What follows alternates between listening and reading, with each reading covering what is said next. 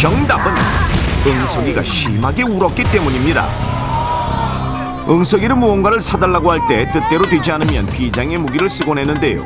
바로 큰 소리로 떼를 쓰며 우는 것. 마트에서 구경을 하던 응석이는 아빠에게 먹고 싶은 과자를 사달라고 조르기 시작했고, 안 된다는 아빠의 말에 떼를 쓰고 악을 쓰며 울기 시작했습니다. 그렇게 10분가량을 목 놓아 울던 응석이는 결국 안타깝게도 호흡곤란으로 사망하고 말았습니다.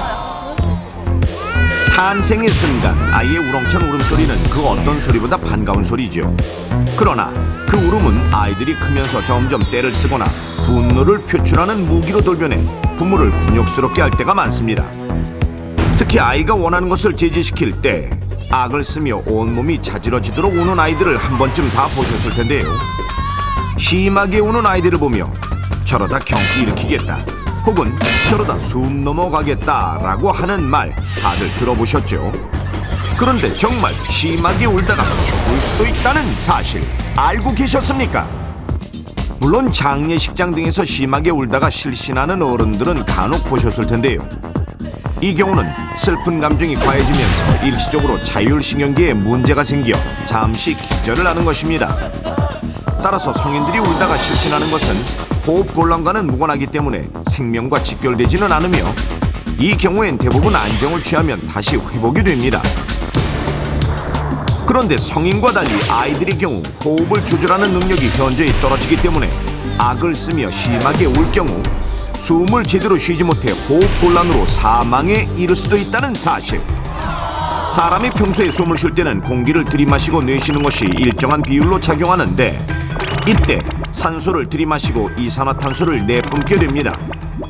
하지만 울게 되면 호흡이 불규칙해지면서 들이마시는 숨보다 내뿜는 숨이 많아집니다.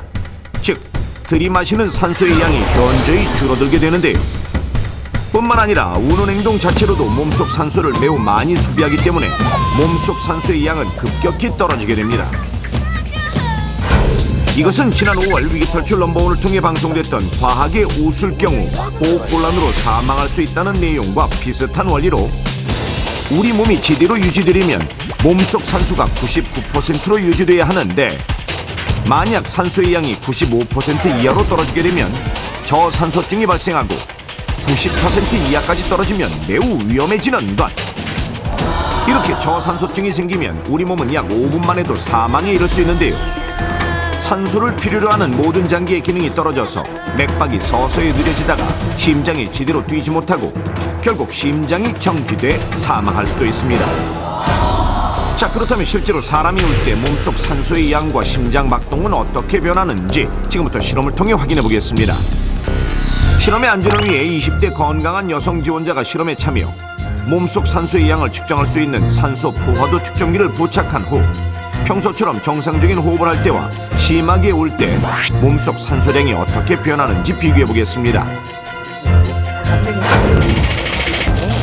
먼저 평소처럼 편안하게 정상적인 호흡을 할 때입니다. 이때 심박수는 110 정도고 산소량은 100으로 지극히 정상범위입니다. 자, 그럼 지금부터 본격적으로 울어보겠습니다. 실험 지원자는 현재 연기를 공부하고 있는 연기자 지망생인데요. 특히 우는 연기에 일가견이 있다고 합니다. 연기할 장면은 영화 라디오스타의 한 장면으로 딸이 엄마에 대한 미안함과 그리움을 표현하며 우는 상황. 자, 감정을 잡고 연기를 시작하는 참가자. 엄마, 우리 비 올 때 막걸리 먹고 막 그랬잖아, 부침개. 서울마저 혼자. 감정이 조금씩 고조되고 눈물을 흘리기 시작하는데, 놀랍게도 심박수와 산소량이 떨어지기 시작합니다. 감정이 더욱 고조되자 심박수는 90 이하로, 산소량은 무려 93까지 떨어집니다. 특히 산소량은 무려 91까지 떨어지는데요. 산소량이 더 떨어지기 전 연기를 마친 참가자. 평상시와 울 때의 모습을 다시 한번 비교해보니 울기 시작하자 심박수와 산소량이 매우 불규칙한 그래프를 그리며 특히 100이었던 산소량이 91까지 떨어지는 것을 확인할 수 있었습니다. 우리 몸에서 공기